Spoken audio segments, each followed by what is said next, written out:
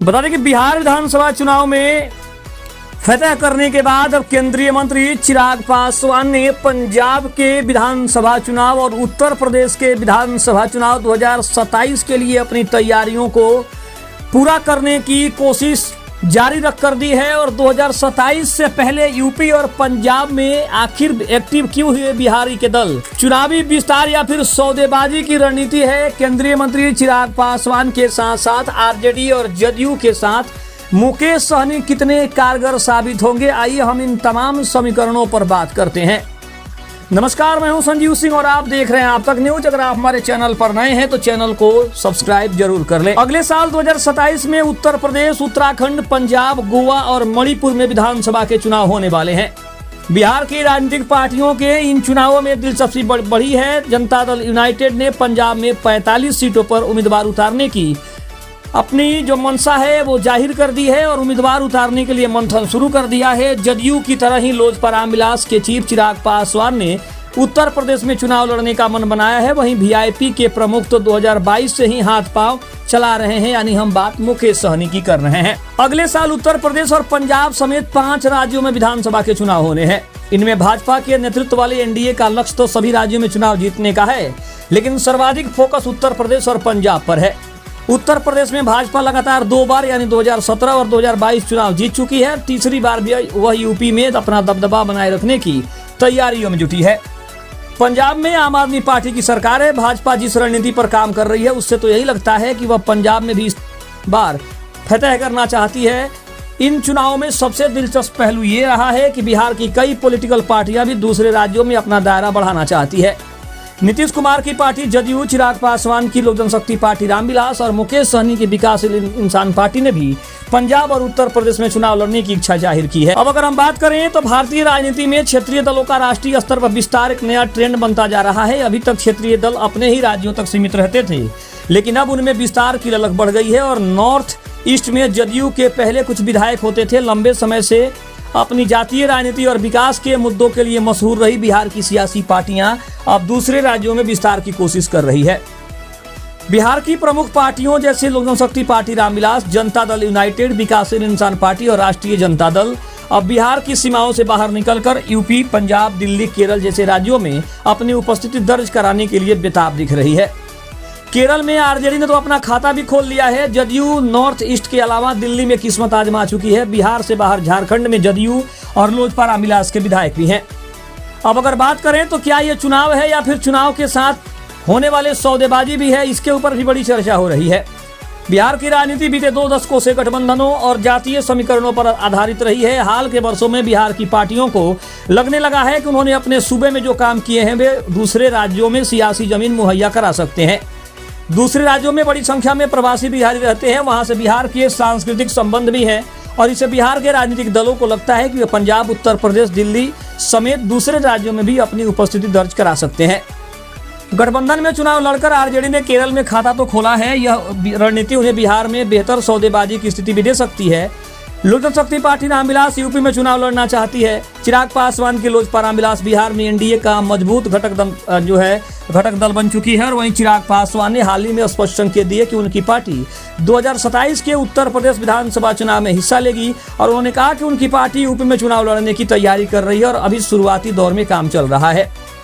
UP में लोजपा रामविलास की रुचि का कारण पासवान समुदाय की ठीक ठाक आबादी मानी जा रही है और प्रवासी बिहारियों का अगर देखें तो अभी भी करीबी से रिश्ता है। और चिराग की रुचि इसलिए भी उत्तर प्रदेश के चुनाव में है क्योंकि वे अपनी स्वतंत्र पहचान बनाए रखना चाहते हैं।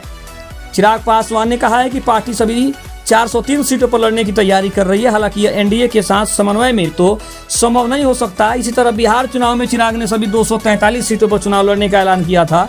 इससे उन्हें यह फायदा हुआ कि एनडीए में लोजपा रामविलास को 29 सीटें लड़ने को मिल गई और यूपी में भी वे संगठन को मजबूत करने के लिए जमीनी स्तर पर कार्यकर्ताओं को सक्रिय करने में जुटे हैं।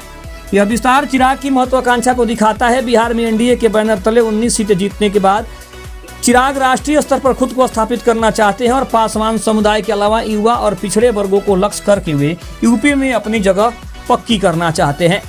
अब अगर हम बात करें जदयू की तो जदयू पंजाब में चुनाव लड़ने को बेताब दिख रही है।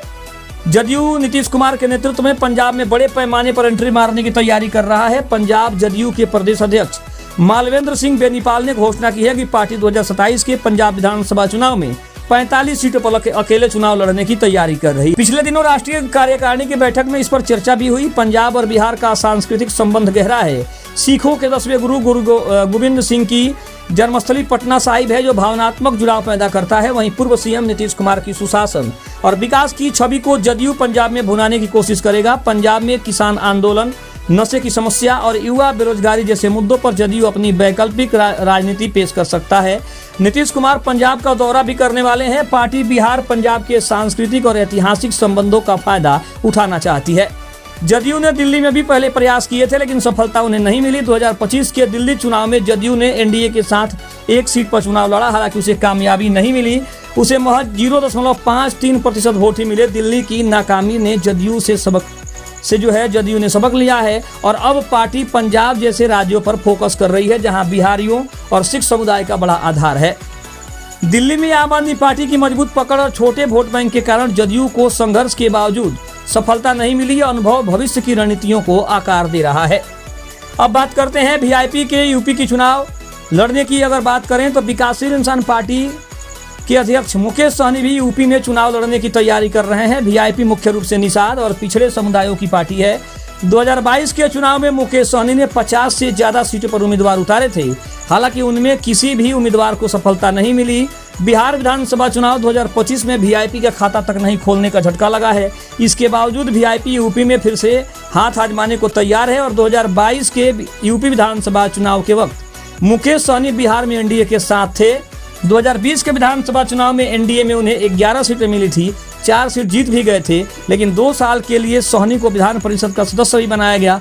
उन्हें तत्कालीन नीतीश कुमार की सरकार में मंत्री पद भी मिल गया था। यूपी चुनाव उनके लिए काल बन गया। विधायक भाजपा में चले गए और उन्हें एमएलसी पद पर भी विस्तार नहीं मिल पाया। नतीजतन उन्होंने मंत्री पद से स्वतः इस्तीफा देने का काम किया था। बात करते हैं आरजेडी ने केरल में अपना खाता खोल लिया है। राष्ट्रीय जनता दल को बिहार में भले बड़ा सेट बैंक लगा हो, लेकिन पार्टी ने सबसे आश्चर्यजनक सफलता केरल में हासिल की है। 2026 के केरल विधानसभा चुनाव में आरजेडी के उम्मीदवार पीके प्रवीण ने पुथुपरम्बा सीट से जीत हासिल की और बिहार से बाहर पार्टी का खाता खोला। तेजस्वी यादव की रणनीति काम आई और राजद ने दक्षिण भारत में अपनी उपस्थिति दर्ज करा ली है। केरल में आरजेडी की जीत प्रवासी बिहारियों के समर्थन और यूडीएफ के साथ रहने का नतीजा है और ये बिहार की पार्टी आरजेडी के लिए राष्ट्रीय विस्तार का बड़ा उदाहरण है।